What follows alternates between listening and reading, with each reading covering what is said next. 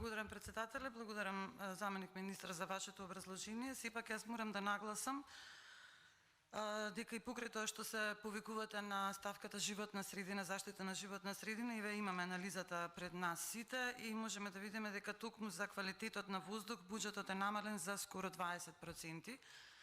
Што значи дека она што сите очекуваме дека ќе се случи оваа година, тоа е заради промената, заради кризата и особено кризата со енергенси, дека ќе има загадување, значи тоа го кажа и председателот на енергетската комисија, и доктори излегоа во јавноста и кажа дека ќе има загадување, дека оваа зима ќе биде навистина тешко. И покрај тоа буџетот сепак предвиден за квалитетот на воздух е намален за 20%. Воопшто целата зелена програма, значи програмата Зелен развој, како што можевме да видиме, скоро 17 пати помала од минатата година. Минатата година веќе беше помала од претходната година. Никако зелената агенда, ние сме зелена партија, ние сме еколошки ориентирано, меѓутоа кога ќе дојдеме до фактите, сето тоа паѓа во вода. Имено затоа, еве ние во соработка со невладиниот сектор, изминативе ова е трет буџет што го работиме како парламентарен состав, се дава амандмани. Овој пат самите тие рекоа, ајде ќе бидеме поскромни, со помал број на амандмани, со помали суми, за да нешто се прифати, бидејќи станува збор за нешто што сите, од кој што сите зависиме, тоа е воздухот, тоа е чистиот воздух. Значи, ова не е партиско, ниту препукување, ниту надмудрување. Ова е чиста потреба за чист воздух кој што сите го дишаме, особено во Скопје. И сега што е работата со токму овој амандман за акредитација?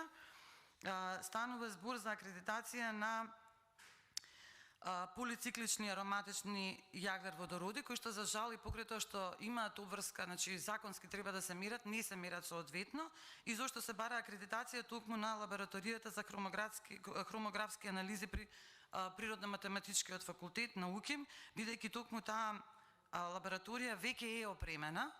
И зошто да се дуплираат средства или зошто да се оди во други лаборатории, кога оваа лабораторија веќе ги има сите потребни апарати, значи сите и човечки ресурси за да ја спроведува оваа функција, односно да биде во оваа лабораторија мерено загадувањето од опасните полициклични ароматични јаглеводороди, кои што се едни од најопасните за човековото здравје, бидејќи токму тие се најголемите причинители за канцер.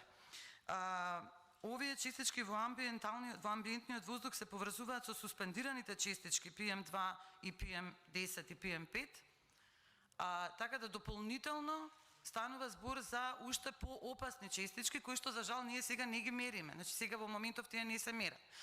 Доколку се акредитира лабораторијата на Природно-математичкиот факултет, сега тука има еден и едукативен аспект, значи ќе можат и студентите да се вклучат веќе во овој процес, ќе може да се подигне свесноста кај студентите, но и кај општата јавност за важноста, за значењето на загадување од овие честици, и ќе се олесни работата на Министерството за животна средина и на Инспекторатот за животна средина. Значи ова е навистина едно многу логично решение, бидејќи навистина е потребно редовно мерење на овие супстанции од страна на инспекторите и државата, и за таа цел е потребно да има државна акредитирана метода, за да можат овие мерени да бидат валидни и законски издржани, а последователно со тоа да се изречат и законски казни доколку има некаде прекршување или непочитување на концентрацијата на овие честици во воздухот.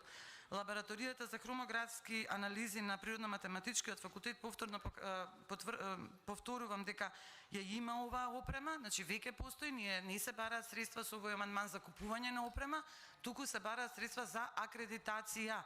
Со овој амандман, значи доколку се прифати, со акредитација на оваа лабораторија Република Македонија ќе добие соодветна лабораторија која што ќе може во секое време точно, прецизно да ги измери овие опасни честички кои што се едни од најголемите причинители за канцерогени заболувања. Јас се надевам дека и колегите и вие ќе размислите и ќе го изгласаме овој амандман, бидејќи е за доброто на сите, за здравјето на сите. Сите треба да дишаме чист воздух. Ви благодарам. Ви благодарам и на вас.